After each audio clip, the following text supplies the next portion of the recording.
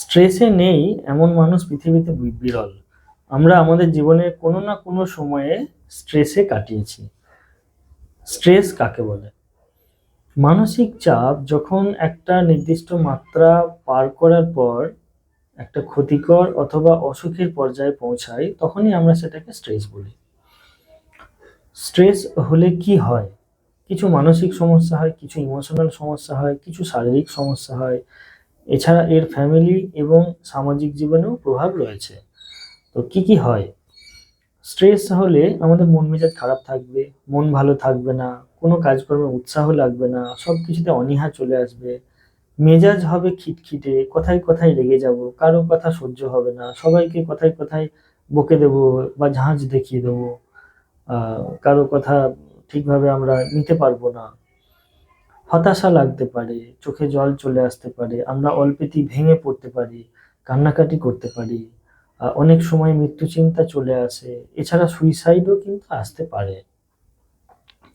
শারীরিক সমস্যা কি হবে? মাথা ব্যথা হতে পারে, স্ট্রেসের জন্য আমাদের হিউজ হেডেক হতে পারে, যেটাকে আমরা বলি স্ট্রেস হেডেক। ঘাড় ব্যথা হতে পারে, পিঠে ব্যথা হতে পারে, হাতে পায়ে যন্ত্রণা হতে পারে, মাসল পেন হতে পারে, বুকে ব্যথা হতে পারে, প্যালপিটেশন হতে পারে, বুক ধড়ফড় করতে পারে পালস রেট বেড়ে যাওয়ার জন্য। এছাড়া হাত পা কাঁপতে পারে, সব সময় নিজেকে অস্থির মনে হতে পারে, এবং স্ট্রেসের জন্য আমরা অনেক সময়েই দেখা যায় যে পুরো বডি পেন হচ্ছে, সেটাও একটা লক্ষণ। ঘুম নষ্ট হতে পারে, অনেকের ঘুম হয় না, অনেকের হঠাৎ করে ঘুম ভেঙে যায়, তারপর বুক ধড়ফড় করে, অনেকে বারবার ঘুম ভাঙে, অনেকে ভোরবেলায় ঘুম ভেঙে যায়, তারপর সেই ঘুমটার পূরণ হয় না। তো বিভিন্ন সমস্যা কিন্তু হতে পারে। ফ্যামিলিতে কি সমস্যা হবে? স্ট্রেসের কারণে, মেজাজ খিটখিটে থাকার কারণে ঝগড়া হতে পারে, অশান্তি হতে পারে, তর্ক হতে পারে, সম্পর্ক খারাপ হতে পারে, এবং অনেক সময়ে এটা ডোমেস্টিক ভায়োলেন্স বা গার্হস্থ্য হিংসারও একটা সমস্যা ডেকে আনে। এছাড়া স্ট্রেস এড়াতে অনেকেই কিন্তু নেশার কবলে পড়ে যান। কেউ স্মোকিং করেন, কেউ মদ খান, কেউ বিভিন্ন রকম তামাক ব্যবহার করেন। এছাড়া আরো অনেক মাদক দ্রব্য আছে, তো সেইগুলোও ব্যবহার করতে থাকেন। তো কি করব? স্ট্রেস হলে কি করণীয়? কিভাবে এটা কাটাবো? তো স্ট্রেস হলে সবার আগে যেটা আমাদের সাজেশন, সেটা হলো ফার্স্ট এক্সপ্রেস করুন। মুখ খুলে, মুখ ফুটিয়ে সেটা বলুন যে আমার কিন্তু ভালো লাগছে না, আমার কিন্তু খুব চাপ লাগছে, আমার কষ্ট হচ্ছে, আমি অনেক মানসিক সমস্যায় রয়েছি, আমি অনেক কষ্ট পাচ্ছি, আমার মন মেজাজ ভালো নেই, আমার কোনো কিছুই ভাল লাগছে না। এটা অন্তত বলুন। কাকে বলবেন? বাড়ির কাউকে বলুন, বন্ধুকে বলুন, আপনার কাজের জায়গায় যে মানুষটি আপনার পাশে বসে কাজ করে তাকে বলুন, যাদেরকে বললে আপনি ইমোশনাল সাপোর্ট পাবেন তাদেরকে বলুন।